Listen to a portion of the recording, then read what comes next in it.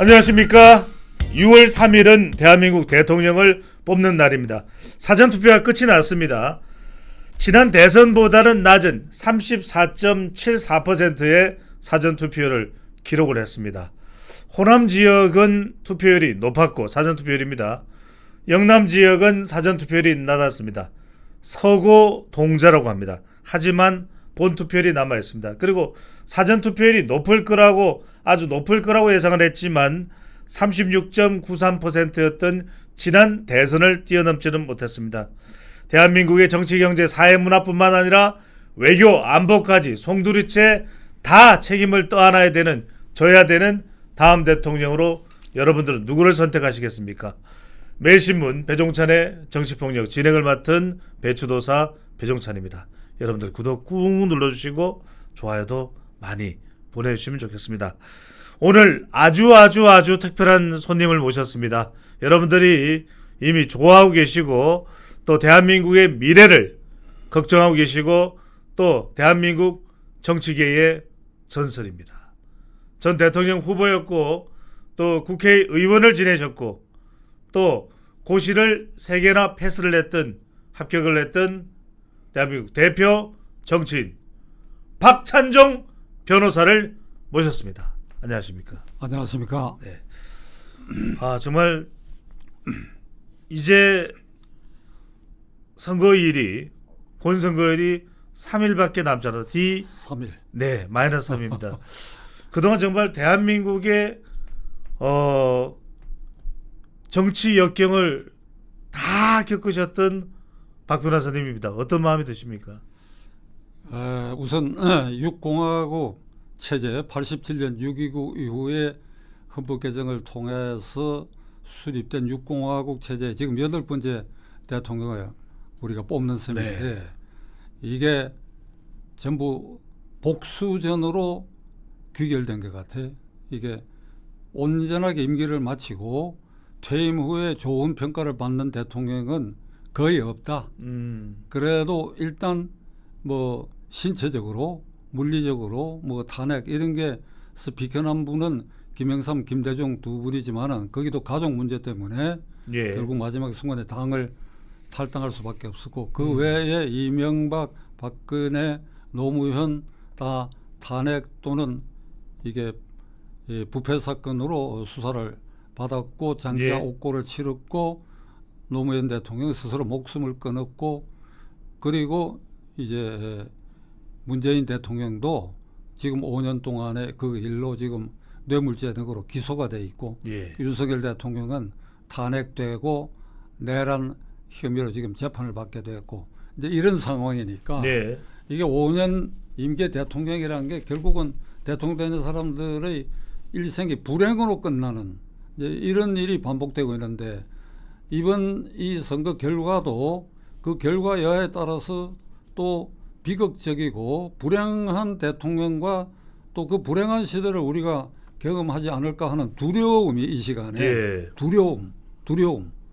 제가 이 여의도에 상당히 떨어진데 택시로 한 40분 걸리는 저 중구에 살고 있는데 그 오는 차 택시 안에서 내가 기도하는 마음으로 왜 이렇게 불안한가 이게 이제 그런 생각에 지금 아주 갇힌 그런 상태에서 오늘 여기 왔는데 저는 제일 먼저 6월 4일 오전 일찍 당락이 결정되면 중앙선관위가 당선자를 선포하는 그 순간에 그 사람이 바로 대통령입니다. 뭐 인수위 시절이었고 바로 그 순간이야. 그러니까 그날 중으로 어디선가에 지난번 예를 들면 이제 뭐 국회에서 문재인 대통령의 경우에 국회에서 이제 취임식을 했는데 뭐 그런 절차를 밟겠지요. 그러고 난 다음에 일어날 일이 누가 되느냐에 따라서 그 상황은 굉장히 다른 모습을 우리가 보게 될 것이다. 다른 대한민국이 될 것이다. 네, 말씀을 해주셨습니다.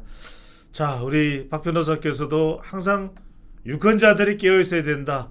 제대로 된 지도자를 뽑으라고 하지만 말씀해 주신 대로 지난 8명의 대통령은 다 정말 부패와 탄핵과 또 수사로 얼룩진 대한민국의 지도자였습니다. 이번에는 괜찮을까요?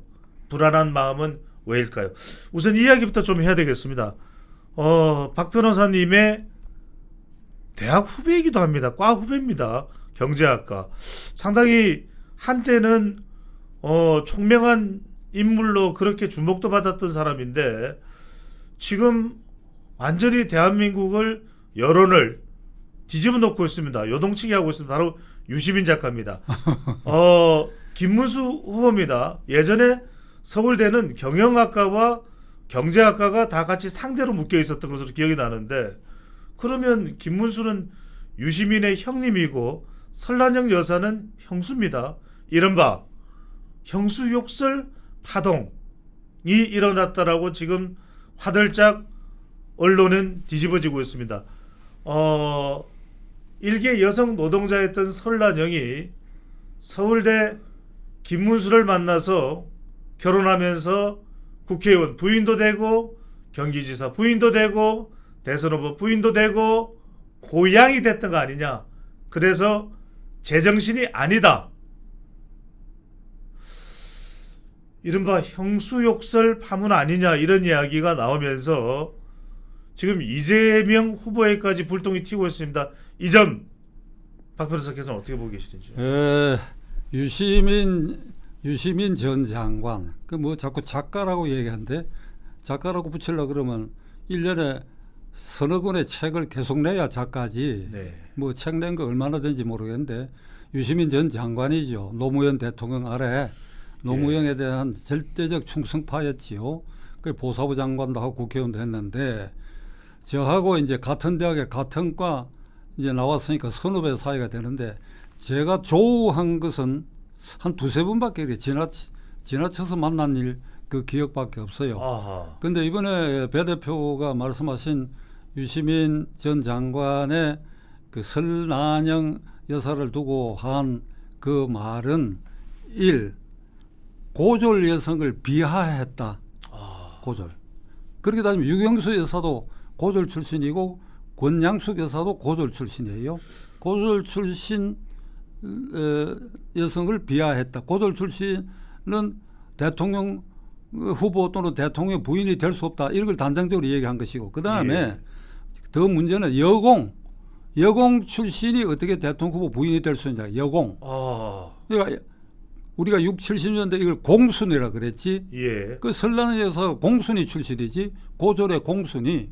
그러니까 첫째 고졸 학력을 비하했고 그다음에 여성 근로자의 그 지위를 비하했고 셋째로는 이게 평온한 가정에 이를테면 그것을 깨트리는 그 세 가지 측면에서 이거 아주 굉장히 위험하고 난폭한 발언을 했는데 제가 이게 역대 선거를 이렇게 보면 어떤 결정적 순간에 이게 국민을 감정적으로 그리고 이성적으로도 지극히 충격을 주는 발언을 하는 사건이 생겼는데 지금 대표적으로 내가 기억하는 것은 정동영 후보가 나이 60이 넘으면 투표하지 말라고 2004년입니다. 그 2004년 일이죠. 예. 뭐 그런 발언도 있었고 이번에 유시민도 이 발언 외에 조금 전에 한 발언 중에 나이가 60이 넘으면 뇌세포가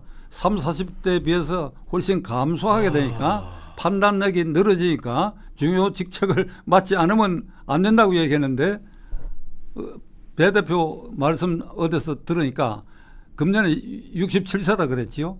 유시민 전 장관이요. 네, 유시민 전 장관 67세라고. 60이 넘었다 그랬습니다. 60 넘었어. 예. 67세인가 그런데 그러면 자기 말대로 하면 자기가 그런 방송에 나오면 안 되지. 그게 나오면 안 되고 그러니까 꼭 자기 말대로 하면 자기가 한 발언은 치매에 걸린 노인 발언이라고 생각할 수밖에 없다. 그런데 친민주당계의 여성단체는 여전히 이 문제에 대해서 입을 다물고 있어요. 예. 그러니까 이게 굉장히 비겁한 태도지요. 이게. 납득이 안 됩니다. 그동안 여성의 인권, 여성의 또 사회적인 이 위치, 지위 이런 부분들을 유독 강조했던 것이 민주당의 여성 의원들 아니었습니까? 그런데 침묵하고 있습니다. 유시민 전 장관의 생각은 배 대표나 나 같은 사람도 얕잡아 보는 것 같아.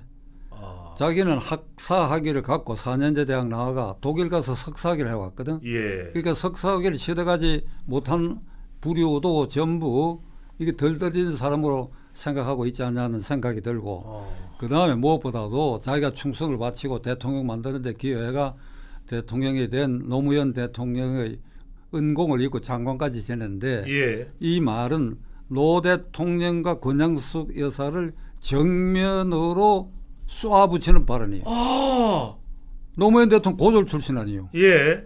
상고 출신이고 권양숙 여사도 고등학교 졸업했는지 안 해도 애매하다고 말이에요. 그러면 그런 사람들 그럼 대통령 과거에 5년 동안 한 것에 대해서 그러면 본인이 뭐라고 얘기할 것이냐 이거야. 그것부터 정리된 답을 해야 될 거냐 이거.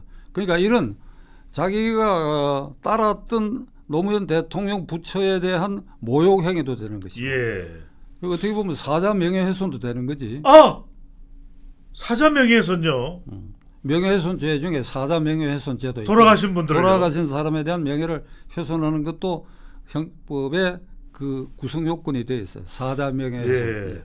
아니 근데 박 변호사님 이해가 안 되는 게 제 기억에는 우리 삼촌 세대 70년대 이럴 때는 여성분들의 경우에는 정말 초등학교만 나온 분들, 심지어는 중고등학교도 나오지 못한 분들도 많았고 집안 사정 때문에 그런 경우에는 아버지는 대학을 나왔다더라도 어머니는 고등학교 졸업하신 분들이 많지 않습니까? 많지요. 그런데 이걸 다 깡그리 깔아 뭉개버리고 형수 일종의 욕설이 되는 거 아니겠습니까? 김무수 형님의 부인이면은 형수 아닌가요? 이제 이런 발언을 하게 된 거는 그 이재명만 딱 바라본 겁니다. 이재명. 분위기상으로 이재명이 뜨는 것 같으니까 그게 또 한번 걸어가 충성을 맹세하는 것이죠.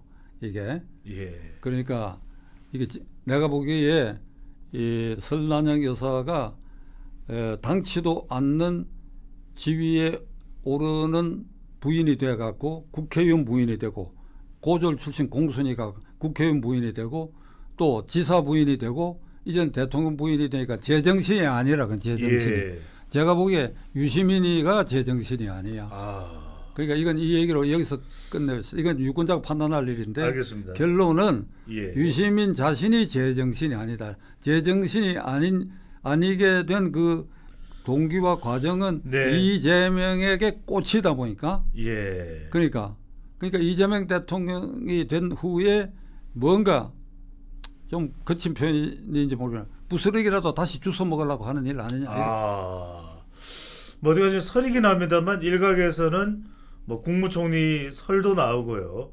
아마 이런 것들이 영향을 미쳤는지 어떤지는 모르겠습니다. 방금 전에 이제 박 변호사께도 설명하셨는데 유시민 전 장관은 서울과학고등학교와 하버드대를 졸업한 이준석 후보도 뭐 별것 아닌 양 그렇게 좀 깔아 뭉개는 것 듯한 인상을 주기도 하더라고요. 하버드 대학인데. 아니 그러니까 독일서 석사학위 받아왔다. 독일 석사학위. 이런 자기 자존망대 생각이 들어 있다고 봐야지요. 독일 석사니까요. 예. 네. 그 유시민 전 장관에 대한 별칭이 있잖아요. 별호가. 예. 내가 여기서 방송에서 말 못하겠는데 XX 있죠. XX. 예, 알겠습니다. 이거 XX로 가니까 좀 이상하니까 촉새라 그러잖아요. 촉새. 네네. 알겠습니다. 거기에 딱 맞는 행동을 지금 보이고 있다. 예. 자, 이 파장이 대선판을 어떻게 변화시킬지 또 지켜보도록 하겠습니다. 아직까지 선거는 끝나지 않았습니다. 자, 이번에는 이낙연 전 총리 이야기를 안 할 수가 없습니다. 왜 그러냐면 많은 분들이 깜짝 놀랐다고 합니다. 이낙연 전 총리 바로 새미래민주연합의 상임 고문을 하기도 하고 빅 플랫폼, 빅 텐트가 만들어지면 참여할 의사가 있다. 제6공화국은 끝내야 된다. 제7공화국에 온몸을 던지겠다. 얼마 전에 이 TV조선의 김문수 후보 지지 찬조 연설에 등장을 했는데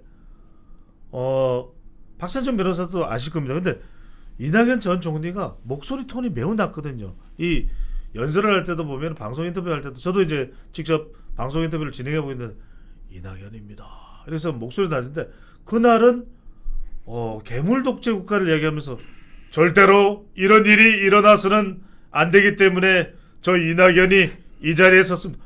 저는 깜짝 놀랐습니다. 이렇게 목소리 톤이 크신 분인 줄 몰랐는데 어떤 이유가 있다고 봐야 될까요, 변호사님? 저는 그 이낙연 전 대표가 그 민주당의 대선 경선 결과로 0. 몇 % 차이로 놓쳐버렸죠. 맞습니다. 이재명한테. 맞습니다. 근데 그게 그때 계산법이 추미애 정세균도 그 경선에 참가해갖고 예. 이 사람들이 얻는 표를 총집계해서 공제해가지고 이 둘만 대비를 하다 보니까 이게 50% 넘어간 거예요. 요걸 계산에 넣었다 그러면 결선 투표를 했어야 되죠. 근데 그게 그때 이재명 편에서 당권을 쥐고 있었기 때문에 이제 그렇게 돼가 그 결과를 보고 제가 어떤 생각을 하는가 하니까 한 일주일만 더 늦게 결선 그러니까 그 전당대회가 있었다고 한다면 이거 이낙연 씨가 후보가 된다 이렇게 생각했는데 예, 어떤 결단력 같은 거 이런 걸 행동과 말 어조에서 못 보여준 사람이야. 예. 늘 그러니까 뭐 두루뭉술이로 이렇게 얘기하는 것 같고 뭐 이런데 이번 딱 10분짜리 지원 연설인데 저는 깜짝 놀라지는 않았고 예. 깜짝 놀라지는 않았어. 예. 그렇게 이렇게 나올 수밖에 없구나. 이렇게 나올 수밖에 없구나. 이 생각을 했어요. 그래서 이 타이틀이 괴물 독재 국가 출현을 막아야 한다. 셌습니다. 네. 그런데 그걸 제가 유심히 들었는데 딱 정리한 내용인데 예. 요걸 요대로 이 주제로 어디서 논술 시험을 본다 그러면 100점짜리야. 와. 내가 보기에. 그러니까 나는 이 선거 시작 직전서부터 이재명 대통령 시대는 황제 대통령 시대라고 얘기를 했는데 예. 내가 말한 흐름하고 이게 괴물 독재 국가하고 같은 말이야. 같은 취지야. 그 흐름이 같은 취지로 나도 황제 국가 시대가 바로 괴물 독재 국가다. 괴물 독재. 나는 황제 대통령 시대를 연다. 황제 대통령 시대. 그게 이게 맞아 들어가. 내가 황제 대통령 시대라고 한 거 그것은 이게 사권을 장악하기 때문에 삼권 장악은 일상적으로 독재 국가로 할 수 있지만은 이건 사권이다 이거지. 예. 국회, 행정부, 헌법재판소 그리고 대법원과 법원. 그러니까 모든 권력이네요. 모든 권력이네요. 예, 모든 권력. 이낙연 그 대표 그 연설에 담긴 내용은 예를 들면 이게 민주주의 아래서의 견제 균형이 깨어지고 이게 이재명이 되면 독재 국가가 되기 때문에 그것을 견제하고 방어할 기능을 국가 권력 사이에 상실하게 된다. 예. 예를 들면 12.3 계엄이 잘못됐다. 그러니까 2시간 만에 국회가 해제 결의를 했다 이거예요. 그런데 이재명 대통령이 되면 무슨 행정행위를 하고 어떤 법도 이게 잘못됐다 라고 했을 때 그 견제 기능이 없어진다 이거예요. 헌법재판소를 장악하기 때문에 지금 그가 예를 들면 공직선거법상의 허위사실 공표죄의 허위사실 공표, 허위행위 부분을 삭제하는 법률안을 법사위에서 통과시켜 놨거든. 이게 딱 대기 상태에 있어요. 그러면 12월 4일 이재명 대통령 시대가 오면 그 법부터 그런 법 통과시키고 예. 그러면 이제 정부에 이송을 하면 지금까지는 뭐 윤 대통령이 있었고 권한대행이 있어서 그런 범죄는 거부권 행사하지만 이건 거부권 행사 아니고 즉일로 공포해갖고 시행하게 될 것이다. 예. 그렇게 되면 6월 18일 날 이 서울 고등법원에 그 파기 환송된 공직선거법 이재명에 대한 위반 사건은 그날 면소 판결을 하게 돼요. 그날. 그걸 알아야 돼요, 국민들이. 예. 나한테 묻기로는 이재명 후보가 혹시 되더라도 6월 18일에 서울 고등법원에서 파기환송된 그 유죄 판결을 하면 그게 대법원에 가서 일주일 정도 안에 대법원에서 역시 그대로 파기환송돼서 유죄 판결로 내린 고등법원 판결을 그대로 인정해갖고 이게 대법원이 최종 그러니까 이 피고인 측의 상고를 받아들이지 않고 확정을 시키면 예. 6월 말이나 7월 초에는 대통령직 상실하는 거 아니냐 이렇게 얘기한 사람이 있어. 그래서 내가 야, 그 꿈꾸지 마라. 꿈 같은 소리 하지 마라. 6월 18일 날로 이재명이 당선되면 그날로 면소 판결된다. 그 부분은 무서운 결과 아니에요? 무서운 결과. 아니 근데 박 변호사님, 법을 알고 있는 박 변호사께서 이렇게 설명을 하시는데 왜 그 수많은 변호사 또는 주요 언론사들은 이야기를 안 합니까? 주요 언론사들이 조선일보는 이 얘기를 계속하는 것 같아요. 계속하지만은 이게 국민의힘당 국회의원들이 구체적으로 이 얘기를 하는 것 같지를 않아요. 그러니까 오늘 선대위원장 나경원 선대위원장 공동선대위원장이 국회에서 이게 한 8분짜리로 이재명 시대가 오면 어떤 현상이 벌어질 것이라고 얘기를 했는데, 그러니까 이런 문제에 대해서 이게 공격적으로 얘기하는 사람이 없어. 이 몸을 사리는 것 같아요. 몸을 사리는 것. 그러니까 이렇게 우리가 다시 한번 생각해 봅시다. 예. 6월 4일 이제 아침 10시경이면 될 겁니다. 충분할 예. 겁니다. 그럼 중앙선관위가 이제 개표 결과를 집계해가지고 선관위 전체 회의에서 당선자가 이재명이다, 김문수다 이렇게 이제 선포하면 그 순간에 김문수 대통령 시대가 시작되고 이재명 대통령 시대가 시작되지 않습니까? 예. 말이 먼저 나왔으니까 이재명 대통령 시대가 되면 제일 먼저 할 일이 취임식을 하고 그리고 강요 인선을 곧 발표하겠지요. 예. 그러나 그보다도 급선무로 빠르면 그날 오후나 그 다음날 법사위에 이재명 셀프 사면에 관한 법률, 지금 말한 공직선거법 위반 법상의 허위사실 공표죄 그걸 삭제하는 것. 예. 그다음에 대법원을 완전히 깨버리는 법안. 그 법원 조직법에 이게 30명으로 대법관을 증원하고 그중에 10명까지는 비법조인도 대법관을 임명할 수 있다는 법안, 그게 법사위 지금 통과되어 있어요. 그다음에 헌법재판소법을 개정해가지고 대법원의 최종 판결도 헌법 소원 대상이 된다. 다시 말하면 대법원 최종 판결도 그게 불만이 있는 사람은 헌법재판소에 이의를 제기하면 헌법재판소가 사심의 역할을 하게 된다. 그러니까 이 법이 통과되는 순간에 대법원은 이제 헌법재판소의 하부기관이 되어버리고 예. 헌법재판소는 이미 민주당이 장악한 상태라는 거 우리가 잘 알고 있지 않습니까? 그 다음에 대통령으로 당선된 이가 당선 전까지 재판을 받고 있던 일체의 형사사건은 그의 임기 중에는 재판이 중단된다는 형사소송법 개정안. 예. 요 4개 법안이 전부 위헌적인 법률이야. 전부 위헌 법률인데 이래가지고 민주당이 과반수석과 다 통과시킬 수 있으니까 통과시키면 6월 4일은 이재명 대통령이니까 전부 공포가 시행되고 난 다음에 헌법 소원 해봐야 헌법재판소가 장악하고 있는데 그게 어떻게 가능하겠느냐 이거야. 그러니까 예. 그런 시대를 우리가 두 눈 멀거니 뜨고 자폭할 때까지 기다리든지 뭐 무슨 사단이 나기 전에는 이걸 바로잡을 길이 없다. 그러니까 예. 이게 괴물 독재 국가라는 게 바로 그렇게 되는 것이고 바로 이것이 황제 대통령 시대가 되는 것이다. 예. 그러면 김문수 이낙연, 대통령 시대가 오면 어떻게 되겠냐. 물론 뭐 강요 인선도 하지만은 당장 처음부터 안보 문제에 대해서 한미동맹 강화하고 미국 대통령하고 통화할 뿐 아니라 거기에 대해서 곧 정상회담 여는 일정까지 결정될 것이다. 예. 그 한미일 안보 체제 강화되는 거 먼저 하고 그 다음에 민생에 달려들 것이다. 그러니까 이쪽은 이재명이가 되면 자기 셀프 사면에 모든 신경을 집중하지만은 예. 김문수 후보가 되면 당장의 안보, 당장의 경제 문제에 대해서 바로 달려들 것이다. 이제 이 차이가 현저하게 있는 것이고 그 다음에 6월 4일 새벽에 가령 김문수 후보가 되느냐 이재명 후보가 당선되느냐에 따라서 외신이 어떻게 이거 보도할 것인가. 궁금합니다. 외신들은 과연 어떻게 반응을 보일지요. 네.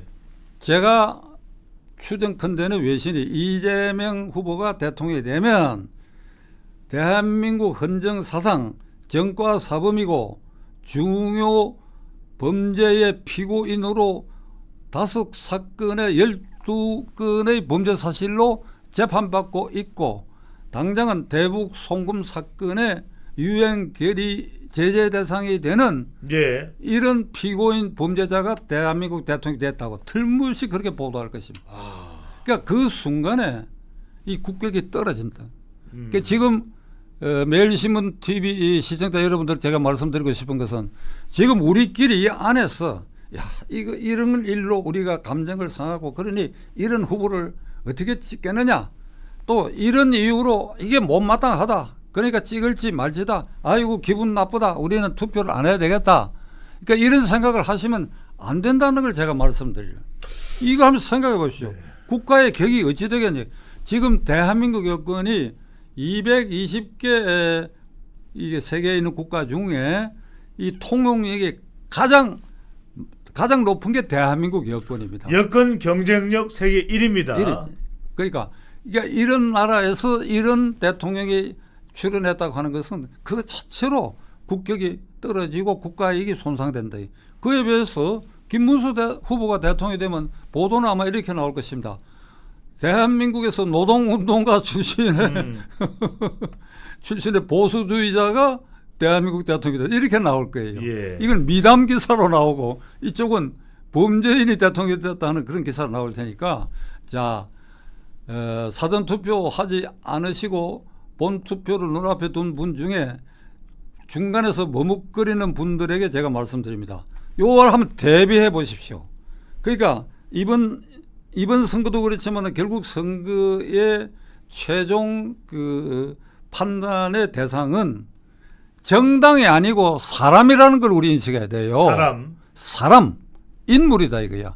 그러니까 예를 들면 김문수 후보, 이재명 후보 요 인물 대결돼. 그러면 그 배후에 정당도 있고 지지 세력도 있지만 가장 기본적으로는 일단 사람이고 그 다음에 그걸 지지하는 정당과 세력이 어떤가 이런 거 부차적으로 검토를 해야 될 것이다. 예. 그러면 김문수 후보가 준비된 대통령 후보가 아니라고 얘기하는 어떤 중진이 있어요. 내 이름 안 바꾸겠는데 그에 비해서 이재명 후보는 어찌됐든 간에 대통령 3수 도전을 해서 준비가 된 사람이다. 이렇게 해서 김문수 후보를 이렇게 낮춰 말하는 걸 내가 방송을 통해서 들었는데 일종의 선입견입니다. 이재명 후보는 그동안 정치를 쭉 해왔기 때문에 또 대선에 도전한 적이 있기 때문에 직전 대선도 그렇고요.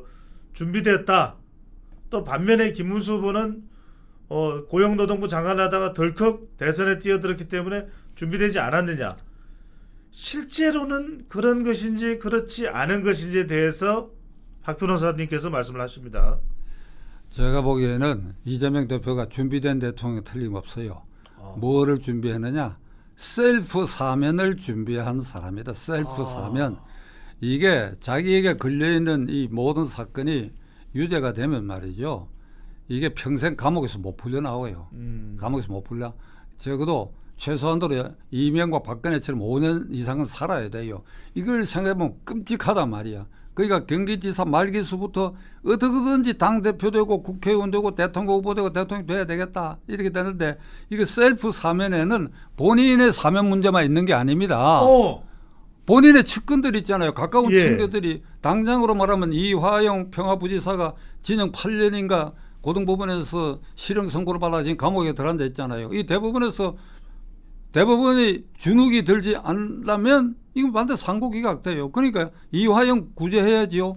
그 다음에 김용 최근에 5년형으로 법정 구속됐지요. 그 다음에 김인섭 이게 백현동 사건의 브로커 역할을 했던 최측근 그 징역 5년 확정되고 살고 있지요. 그 다음에 자기와 동시에 재판받는 여러 사람들 있지 않습니까? 그럼 이걸 다 어떻게 해야 되느냐 이거야. 이걸 그러면 전부 사면해야 되느냐? 그걸 이제 순차적으로 할 거예요. 확정돼가 감옥에 있는 김인석 같은 사람은 건강상 이유로 해갖고 이게 형 집행 정지 같은 거 우선 해줄 것이고 그 나머지도 그러니까 법원에 압력을 가지고 전부 구속 취소를 시키고 그리고 단계를 봐갖고 판결 나면 사면하게 되고 일단 다 몸을 푸는 조치부터 할 거예요. 그러니까 이게 사법 체계를 완전히 무너뜨리게 되는 결과가 올 것이다. 이거 생각하면 끔찍하지 않냐 이 말이야. 그러니까 그런 점에 있어서 김문수 후보는 셀프 사면을 위해서 준비된 건 없지 않습니까? 셀프 사면을 위해서.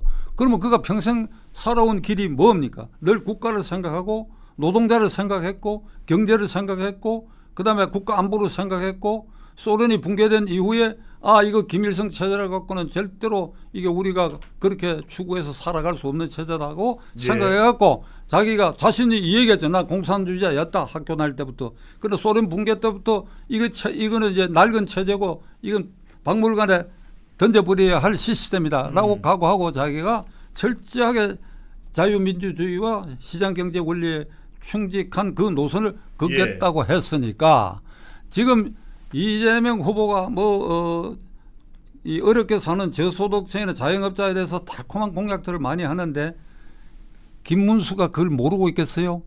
이재명보다도 더 실감나는 걸 본인은 이게 체득하고 그건 이 짧은 기간에 모든 공약을 검증할 시간도 없고 그것이 적당한지 안 한지 판단할 시간도 없지만은 예. 우리가 사람을 볼 때 김문수는 당선되는 순간부터 국가 안보에 우리가 안심할 수 있는 상황을 만들고 이게 어려운 사람들 노동자들 위해서도 이게 실제의 복지를 강화할 수 있는 이 방안을 갖추고 있다. 이제 이런 관점을 시청자 여러분들이 봐주셔야 되리라고 생각합니다. 예, 박 변호사님께서 6월 4일 이후에 어떤 상황이 벌어질 거냐, 누가 당선이 되느냐에 따라서 각각 어떤 일이 벌어질 거냐는 것을 설명을 해 주셨는데 이것도 좀 여쭤볼게요.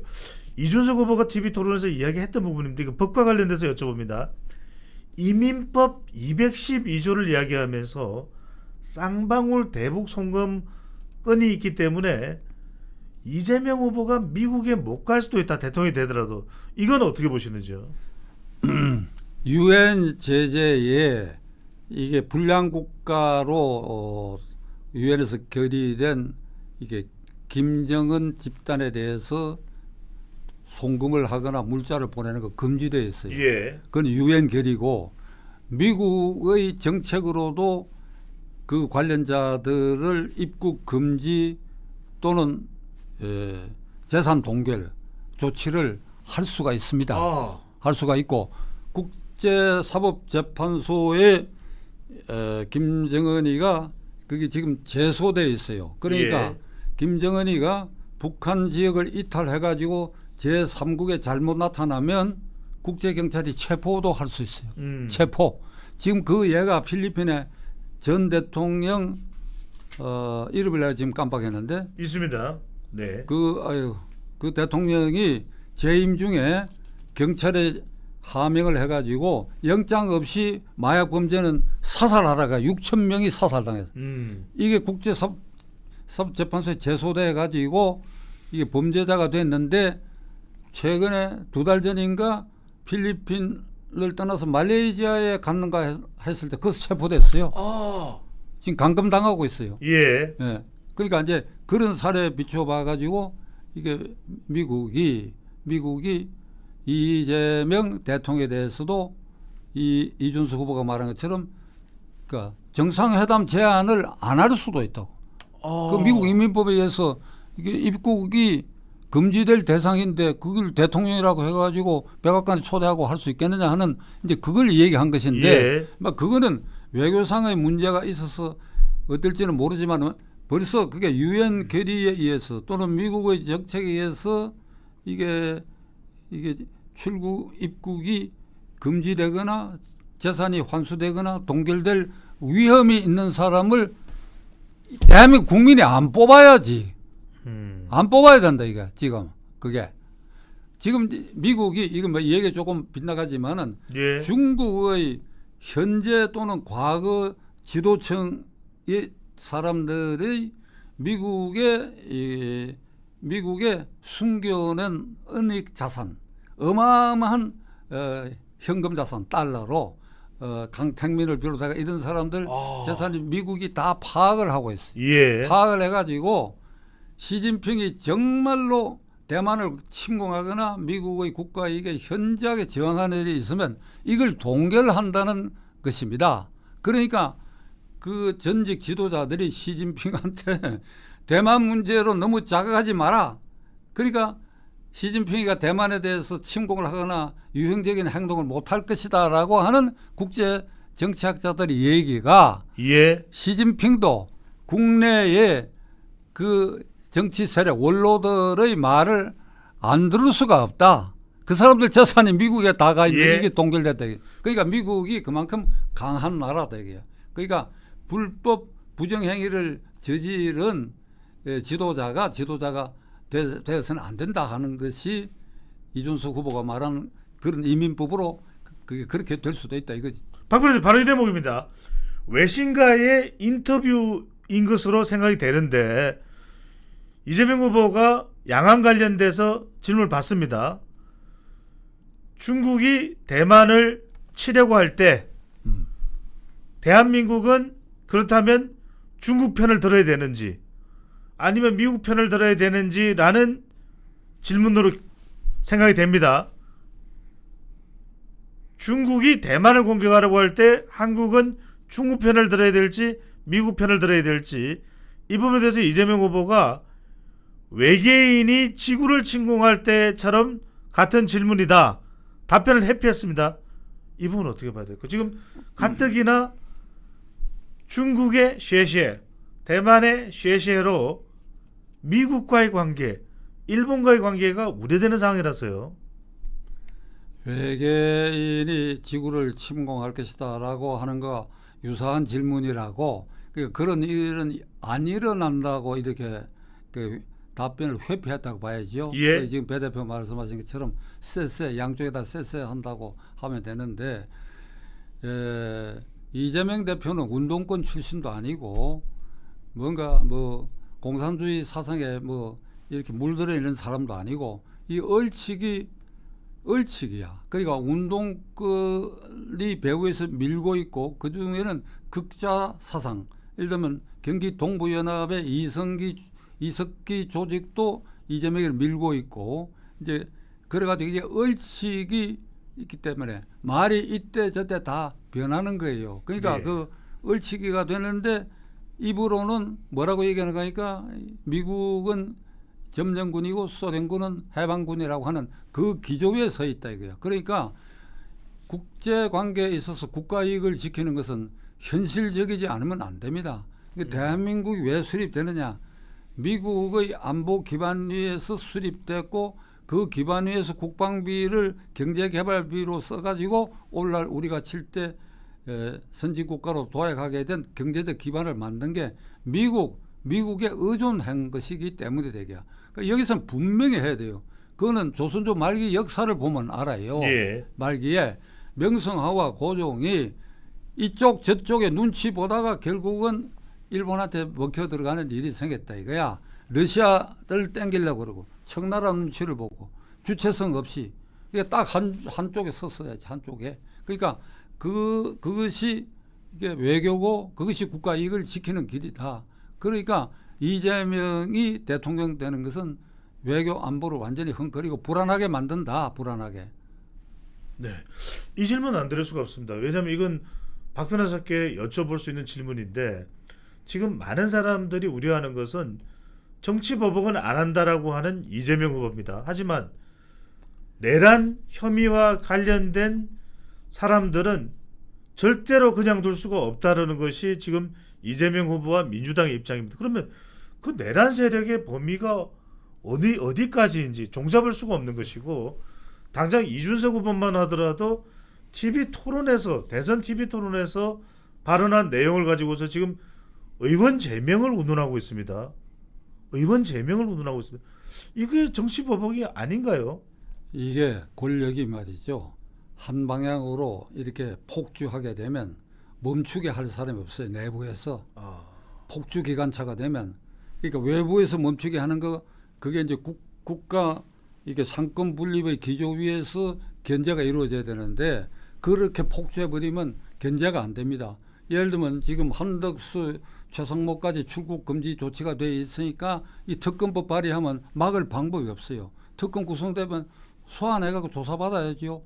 그러니까 이게 국회와 행정부를 사건을 장악하게 되니까 멈추게 할 방법이 없어요. 그러니까 이렇게 되면 이게 경쟁적으로 이놈 잡아야 된다, 저놈 잡아야 된다 소리가 계속 날 거예요. 예. 계속 나요. 그거 못 멈춥니다. 완전히 복수 시대가 온다고 나는 봅니다. 복수 시대가. 나는 어떤 생각을 하는가 하니까 내 정도로도 박찬종 TV를 유지하기 어렵게 될 것이다. 어떻게 어렵게 될 것이냐. 물리적으로 개딸 세력들이 내 유튜브 방송하는데 이게 인해장막을 치고 너 그만둬라 하면 제가 어떻게 그걸 계속할 수 있겠어요. 그러니까 배종찬 대표도 앞날이 사실은 캄캄해. 그렇게 생각해 보면. 네. 그러니까 그런 식으로 갈 수밖에 없다고. 그게 이제 폭주기관차인데 이게 국가의 상권 분리 뭐 이런 걸로 견제가 안 되면 그러면 그 폭주기관차가 영원히 무사하냐? 그건 절대 아니에요. 어떻게 되느냐? 알 수 없는 일이지만은 그 내부의 폭주 때문에 분열을 일으키거나 이게 길을 잘못 들어가 그 기관차가 큰 바위를 부딪히게 되거나 해가 스스로 깨지는 일이 생길 수가 있을 거예요. 그런 어떤 점에서 밀란이 일어나거나 이럴 수도 있겠지. 그러면 국회가 그렇게 되면 국가가 한 번 더 또 소용돌이에 빠지게 된다 이게. 그러니까 이 예방책은 뭐 김문수 후보가 그 배후에 국민의힘당이 미운 짓을 많이 했다 사실이죠. 저도 못마땅한 거 많습니다. 윤석열 대통령 못마땅한 거 많아요. 그걸 나는 유튜브에서 계속 충고했던 사람이에요. 그러나 그렇다고 해갖고 지금 이 판에 이재명을 당선시키면 어떻게 되느냐. 그런 정도는 문제가 안 될 정도로 헌정사상 처음 보는 그 이낙연 대표가 한 말, 괴물 독재 국가, 내가 명명한 황제 대통령 시대, 끔찍한 일이 계속될 것이다. 네. 끝으로 한 질문만 드리겠습니다, 백 변호사님. 그런데 주변에서는 이런 얘기를 합니다. 에이, 뭐 이재명 후보가 대통령 되면 에이 그건 다 기우고 잘하겠지, 잘할 거야. 그리고 한미 동맹이 끈끈한데 어떻게 중국에 쎄쎄하겠어. 또 미국 가서 또 트럼프 대통령하고 서로 또 웃으면서 잘하겠지. 희한한 게 유권자들은 잘 되겠지. 그렇게까지 극한 상황으로 가지 않겠지. 이렇게 안도하는 듯한 소리를 또는 이야기를 하는 사람들이 있네요. 그건 한가한 소리야. 한가한 소리야. 왜 그러니까 첫째, 지금 제가 설명드린 대로 당장 자신을 위한 셀프 사명과 그 측근들 기소된 사람, 현재 형사하고 있는 사람 구제하는 것에 대해서 엄청난 이게 국가의 격을 떨어뜨리는 일이 당장 생길 수가 있는 것이고, 그 다음에 외교 안보 이런 문제에 있어서 배후 세력, 민노총이나 거기 주장하고 조종하는 대로 안 움직일 수 없게 됐어요. 그 사람들 등에 업혀가 지금 대통령 코스를 밟고 있기 때문에 예를 하나 들지. 노란봉투법, 노동단체, 노동조합이 불법 파업을 했을 때도 그 불법 파업 기간에 생긴 법인의 손해를 청구할 수 없다. 아니, 세상에 이런 법이 어디 있어. 그게 노란봉투법이요. 한번 상정했다가 국회 통과한 거 그 대통령이 거부권 행사해가지고 폐기됐지요. 또 지금 그 계속 올려놨어요. 예를 들자면 그런 법 아니에요. 전부. 아까 말한 그 4대 법안도 다 그런 법 아니고 그게 현실적으로 보이는데 아이고 안 그럴 것이다. 그건 낭만적 생각이. 낭만적 생각이. 알겠습니다. 제가 끝으로 이제 그런 네. 사람들 낭만적 생각 그렇게 심하게 할 수 있겠냐. 그런데 링컨이 한 말, 그게 1860년에 한 말이야. 지금으로부터 150년이 되나? 그런데 뭐라고 얘기했느냐? 어떤 시대나 그 지도자가 선출될 때는 그 시점의 국민의 수준과 일치한다. 국민 수준보다 더 높은 수준의 대통령이 나오는 것이 아니고 그 수준에 합당한 지도자가 나온다. 그러니까 지금 이재명 시대가 와도 심하게 하지 않을 것이다. 이런 국민이 많을수록 이재명 시대가 탄생하는 것이고 그건 결국 그렇게 안이하게 생각하는 사람들에 대해서 후폭풍으로 국가 결국은 개인 하나하나에게 그 피해가 막심한 피해가 올 것이다. 이걸 우리가 깨달아야 된다. 알겠습니다. 링컨이 한 이야기입니다. 1860년에 결국 그 시대의 지도자의 수준은 국민의 수준과 같다라는 이야기입니다. 우리는 어떤 선택을 할 것인지 이제 3일 남아 있습니다. 매일신문 배종찬의 정치폭격 여러분들 구독 많이 꾹 눌러주시고요. 또 좋아요도 많이 보내주시면 좋겠습니다. 여러분께 더 좋은 방송 할 수 있도록 배종찬의 정치폭격도 더 잘 준비할 수 있도록 하겠습니다. 오늘 정말 귀한 손님이었습니다. 긴 시간을 또 택시를 타고 오셔서 또 오늘 방송을 해주신 빛내주신 또 여러분들께 정말 국가와 또 미래를 위해서 필요한 말씀을 해주신 박찬종 변호사와 함께했습니다. 오늘 말씀 고맙습니다. 감사합니다.